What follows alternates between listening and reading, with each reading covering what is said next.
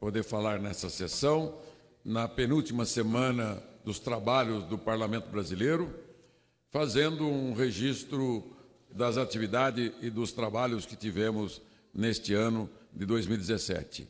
Sem dúvida alguma, um ano de grandes dificuldades na economia brasileira, de maiores dificuldades ainda no campo político e institucional, um ano de muitos conflitos, mas que também acabou sendo um ano de início da recuperação da mais grave recessão econômica que tivemos.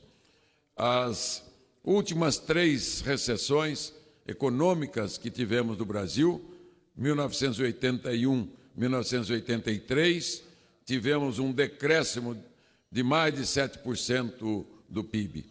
De 1990 a 93, outra recessão econômica de mais de 7%. E nesses últimos 3 anos, 2014, 15, 16, também uma recessão de mais de 7%. Estas 3 recessões, conjugado com o baixo crescimento dos últimos 37 anos, de 1981 a 2016, um crescimento médio de 2,27%. Fez com que o Brasil, dos emergentes, fosse o que menos crescimento teve no mundo durante a média dos últimos 37 anos. 4 décadas em que o Brasil deixou de prosperar, de crescer acima da média do crescimento mundial, em torno de 3% o crescimento médio mundial. Senhor presidente e senhoras e senhores, lembrando que a estatística dos 50 anos anteriores, de 1930 a 1980, o Brasil teve um crescimento de tigre latino-americano, um tigre mundial, cresceu a 6,3% ao ano, continuadamente por 50 anos.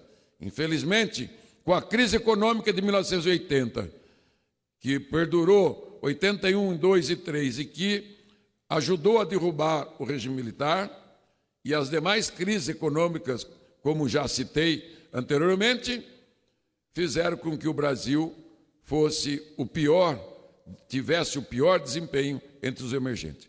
Quais são as causas? Qual é a maldição que se abate sobre a economia brasileira? A maldição que se abate sobre o Brasil não tem nada a ver com questões exteriores. Tem a ver com a má estrutura tributária, com a má estrutura econômica, com a má estrutura do gasto público brasileiro, das instituições brasileiras. O regime presidencialista é, por excelência, um sistema de fábrica que fabrica uma crise atrás da outra. Então, a estrutura política presidencial é uma estrutura que só tem sucesso nos Estados Unidos.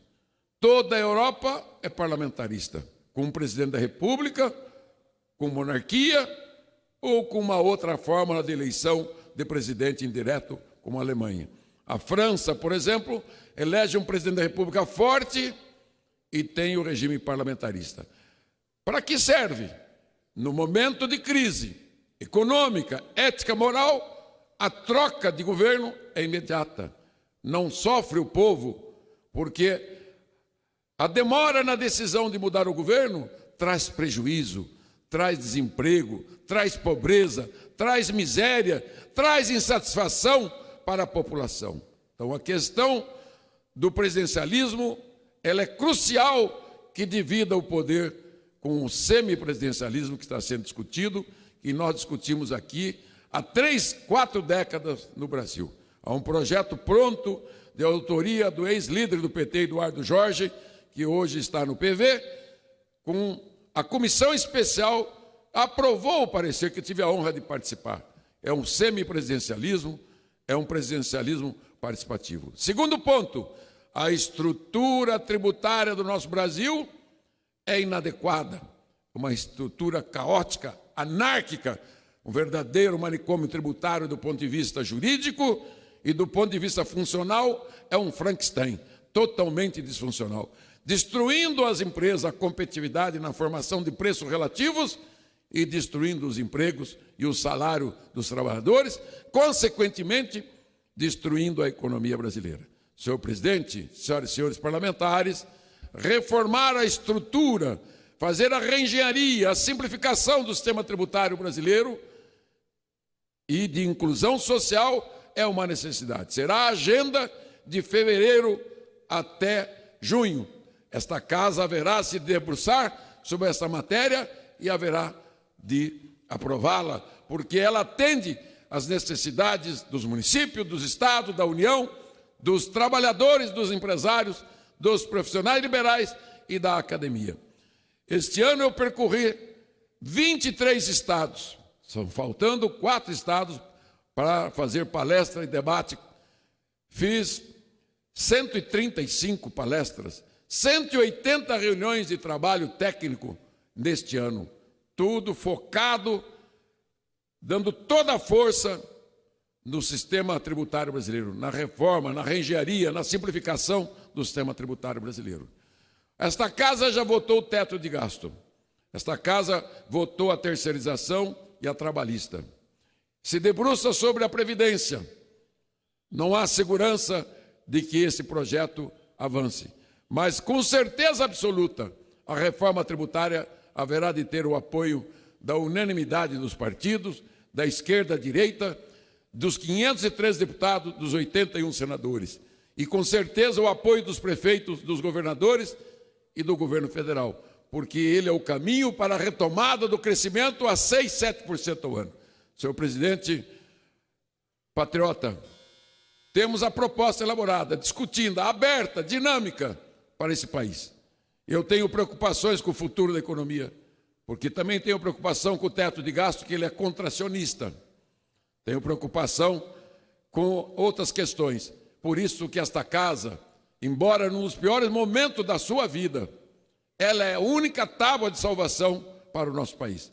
Ontem votamos matéria como parcelamento de dívida da micro e pequena empresa, do meio rural.